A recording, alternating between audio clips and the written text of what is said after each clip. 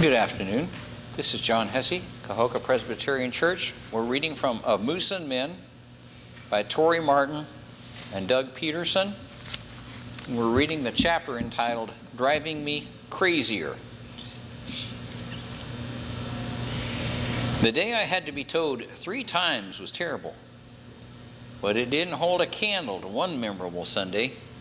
Rob and I had a routine we followed religiously on Sundays, and it started with going to church, where most things we follow religiously usually begin. After church, we would go to the laundromat to wash clothes, then to the post office to pick up our mail, and finally to the grocery store. But this Sunday would be different. This Sunday, Rob had the flu, which meant I had to do everything myself. I hated doing my own laundry, much less his, but being a Christian and having a grit my teeth servant's heart, I loaded all the dirty clothes into a laundry bag and tossed it into the sled, along with Sam. Then I climbed on top of the laundry bag, and Sam and I coasted down the trail to the Jeep. The laundry's pad made the bumpy ride much easier, although the box of detergent could leave its bruises if you weren't careful where you placed it. At the bottom of the path, I reached the Jeep and slung a huge sack of dirty laundry over my shoulders. I looked like jolly old St. Nick, except for the dirty underwear and other items jammed into my sack when I made lousy gifts for some disappointed children on Christmas morning. When I reached the vehicle, I was disgruntled to discover that the lock on the driver's door had frozen solid. I had no idea a locked door could freeze like that. Remember, I was from Los Angeles, where things like that just don't happen. Door locks don't freeze in LA. They get hijacked along with your car, but they don't freeze. Actually, I had no idea why I even bothered locking the Jeep in the first place. We lived in the middle of 80 acres, covered with 9 feet of snow, and the nearest neighbor was a mile away. No one was likely to hotwire a Jeep and go for a joyride, although there was one moose in the area that had pretty shifty eyes. I didn't ask Rob for help with the Jeep door, and I'd like to say it was because he was sick. But the truth was, I was more concerned about my pride. I felt too stupid to ask him for assistance. I tried to solve the problem myself, jiggling the handle, banging on the door with my elbow and fist, even my hips. That's when I came up with the idea of breathing hot air into the lock. So I leaned down close to the door, cupped my hands around the keyhole, and proceeded to freeze my top lip to the door. Yes, I had acted out the famous scene from Christmas Story, only it was my lip, not my tongue, that had become affixed to the metal. I tried to gently pull away, but my lip stretched like silly putty. I also couldn't shout for help with my lip attached to the door in our cabin 200 yards away. I could see the headline in the Anchorage Daily News. Man freezes lip to Jeep door and dies of sub-zero stupidity. Finally, I yanked back a little harder, and my lips snapped free, although a little bit of skin remained attached to the lock. Wincing from the sting, I went back to work on the lock. After about 20 frustrating minutes, it occurred to me to check the passenger door. Walking around to the other side, I found that, sure enough, the passenger door was open. Although why I'd locked the driver's door but not the passenger one was beyond me. Maybe I thought it'd be okay if someone broke in just so they could sit in the passenger seat and rifle through the glove compartment. But I better lock that driver's door so they couldn't get behind the steering wheel and drive off with my Jeep. Never in a million years could the thief figure out all they had to do was scoot over. Apparently, I'm not the type of guy who takes a bite out of crime. I just prefer to nibble on it a little bit. With the passenger door opened, I proceeded to climb in. Not as easy as it sounds, especially with a large sack of laundry and Sam. Also, I'm a very large man, and this Jeep was a very small vehicle. To make matters worse, the front seats were bucket seats, and in between them was a deadly stick shift. I could see yet another headline: Man impales himself on stick shift, 20 minutes after freezing lip to door. Once I climbed into the driver's seat, I leaned all the way over, grunting and straining as I hauled our monstrous laundry bag, which held an entire week's worth of work clothes for 2 bachelors. Then I called Sam, and he bounded into the passenger seat. Getting everything inside this small Jeep was as complicated as strapping an astronaut into a rocket. And before this day would end, I'd be saying the equivalent of, "Houston, we have a problem," about a dozen times. I proceeded to make my various stops, beginning with church, the laundromat, and the post office. Each time I had to go through the same torturous process: lean over, open the passenger side door, let Sam out, push out the laundry bag, climb over the stick shift, scoot across the seat, and that was just getting out of the Jeep. I had to go through the whole process in reverse to get back in. Suffice it to say, I was in a very bad mood, especially when I went through all this rigmarole at the post office, only to discover that our post office box was filled with bills and not a single letter from home. Apparently, only my creditors loved me. I was so angry I took it out on poor Sam. "Out!" I yelled at Sam when I stomped out of the post office and opened the door to the Jeep. "In!" I shouted after I'd climbed in and yanked the laundry bag back in behind me. I think this was the precise moment when I fell out of fellowship with the Lord, if you know what I mean. In frustration, I made a last-ditch effort to open the driver's door. I threw all my considerable weight against the frozen door. Crack! I blinked in amazement. Hallelujah! The door was open. I was just getting ready to sing Victory in Jesus when I realized I'd done more than open the driver's door. I had broken the door. To be exact, I'd broken the tiny connector piece that keeps the door shut. The part that goes click when you shut the door. I was not a happy camper. I was now a frenetically crazed one. My door had gone from frozen shut to being not able to close at all. My next destination was Walmart, and now I had to drive all the way there while holding the broken door with one hand and steering with the other, occasionally letting go of the door so I could scrape the inside of the window. I needed 3 hands, but somehow I managed to make it to Walmart without driving off the road. Now I faced a whole new problem.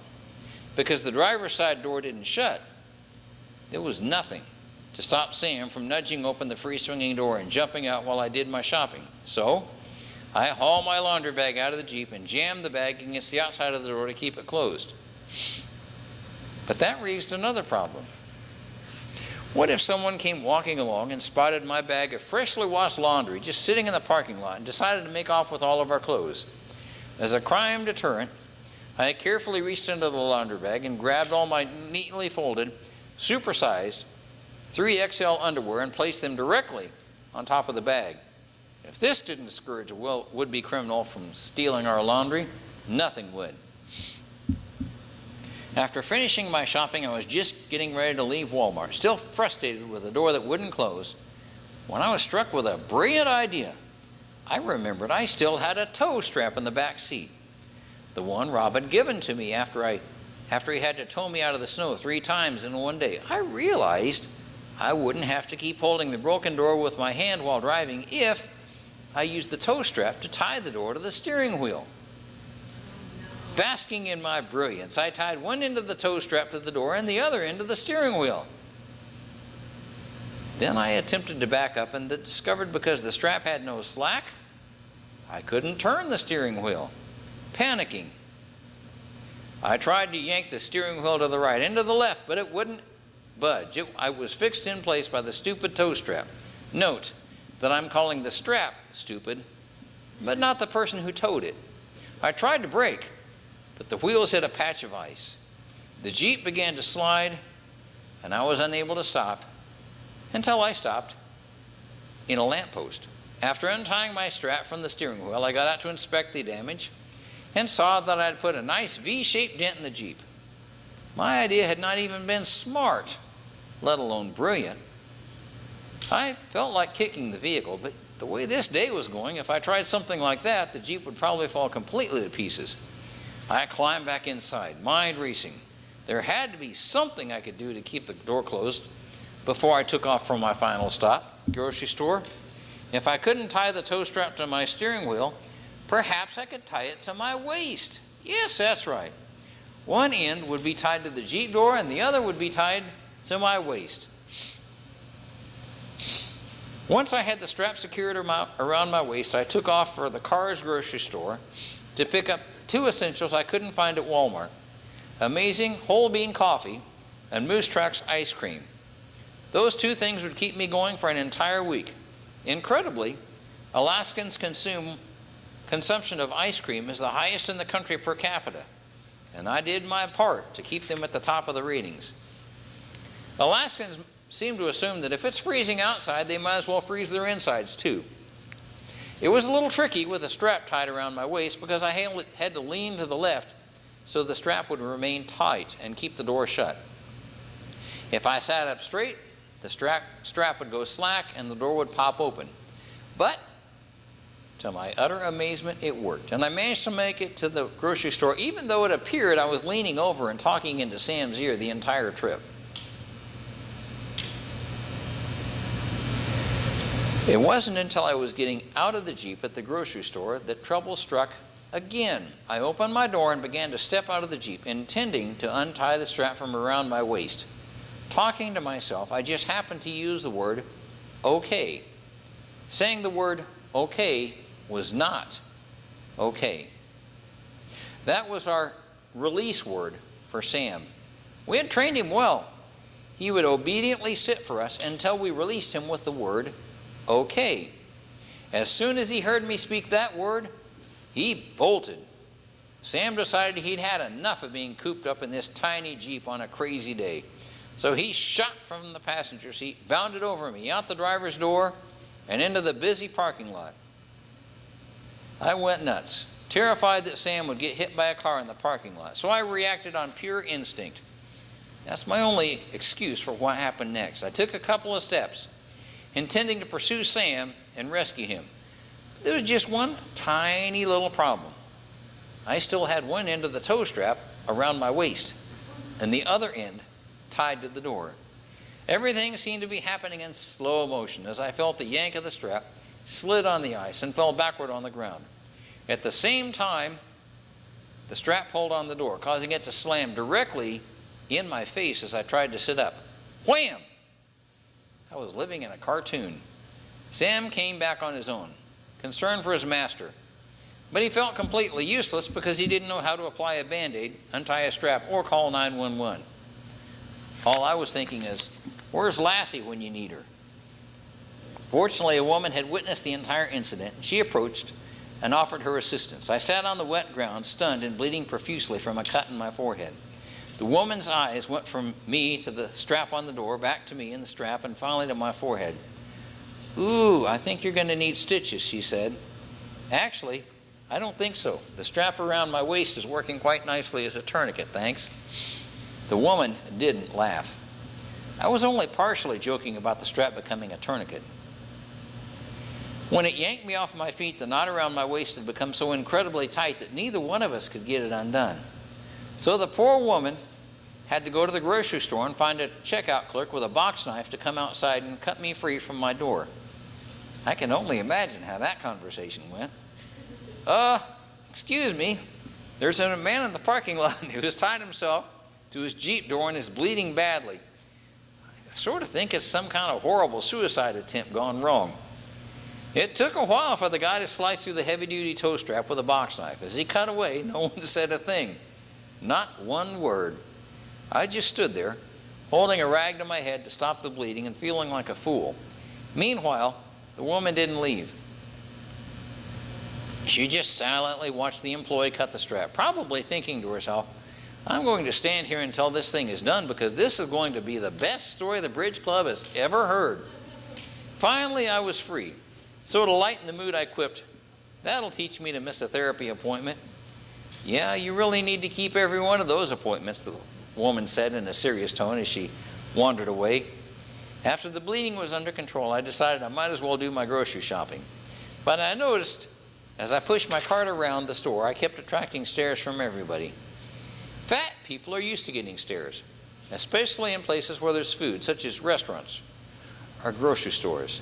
I can always notice when people cast glances into my cart to check out how much food a person needs to eat to get my size.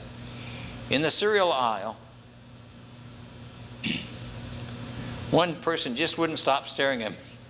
So I finally turned to him and said, "What? You've never seen a fat person before?" The person stared back at me, mouth open in shock. Then the little kid turned and went running back down the aisle to tell his mother on me. That's when I suddenly realized what the staring was all about. I still had that toe strap tied around my waist, and it was dangling behind me like a nylon tail. I must have looked like some overweight Jethro who had wandered down from the hills to buy some cereal. It was the final humiliation, and a day chock full of them.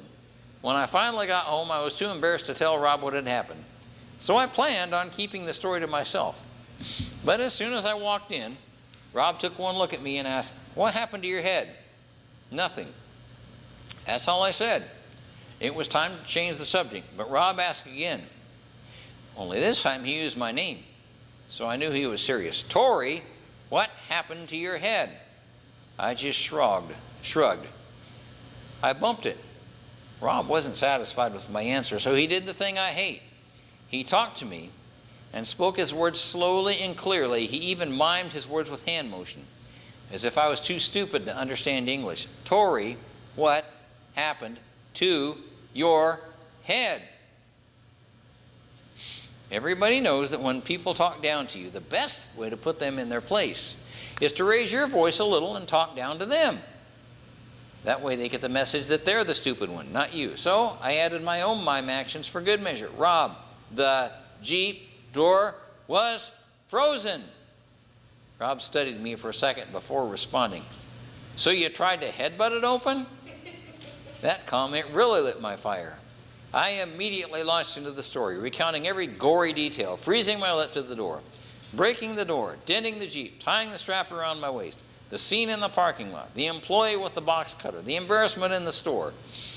With every sentence, he kept laughing, and I kept getting angrier. "It's not funny." When he finally brought his laughter under control, he said, "Why didn't you just come and ask for help in the first place? I would have given you my can of lock de-icer." "Lock de-icer? What's that?" Rob walked calmly to the coat rack, reached into his coat pocket, and pulled out a tiny can. "Lock de-icer. Locks freeze in sub-zero temperatures, whether you lock them or not. That's why everyone carries these in their pockets. All you do is spray it in the keyhole." "Can I cook with that stuff? I got a couple of steaks that need defrosting." He rolled his eyes. "Also, why didn't you just come in and ask me for help? You know I'm a mechanic. I was afraid if I told you I'd look stupid." He paused. "Oh, I get it. Well, how do you feel now that you've tied yourself to your door?" I had to ponder that for a few seconds before I replied, "Stupid?" We all do dumb things that we're afraid to admit, either to friends or even to God. But by being afraid to admit our shortcomings, we lock ourselves out of so much that God has done for us. He wants to help us before we make matters worse. He wants to open the doors to our lives, the doors we have allowed to freeze shut. But we're often too proud to confess our mistakes, too ashamed to ask for help. So we just keep on scraping and driving and scraping some more, and we eventually end up tying ourselves to things we have no business tying ourselves to, until we start hitting our heads against the door of our lives, leaving ourselves bloody and banged up with far more to be embarrassed about than we ever did in the first place. Psalm 107, verse 13 and 14 says, "They cried to the Lord in their trouble, and He saved them from their distresses. He brought them out of darkness, the utter darkness, and broke away their chains." There it is, spelled out in black and white. Whenever you get stuck, call out to God, because He's like that patient and understanding best friend sitting up in a cabin just waiting for us to come in and ask Him for help. We'd be wiser if we did that at the beginning of our trouble, because by the end of our journey, we no longer have just the original confession to make, the little fender bender. Now we're bringing the Lord an almost totaled car. But the good news is that Jesus is not like most insurance companies. He won't do the repairs and cancel your policy, saying you're costing Him too much money. He's already paid a lifetime premium for us. So we go to Him and ask for forgiveness day after day, no matter how stupid our actions may be. God is your doctor when you hit your head, your mechanic when you break down, your lawyer when you need defending, and the best friend you could ever have. So when you reach the end of your rope or your toe strap, call out to Him and let Him free you. One other thing, Let God do the steering. He's a much better driver, especially when you're on thin ice. And thank you very much.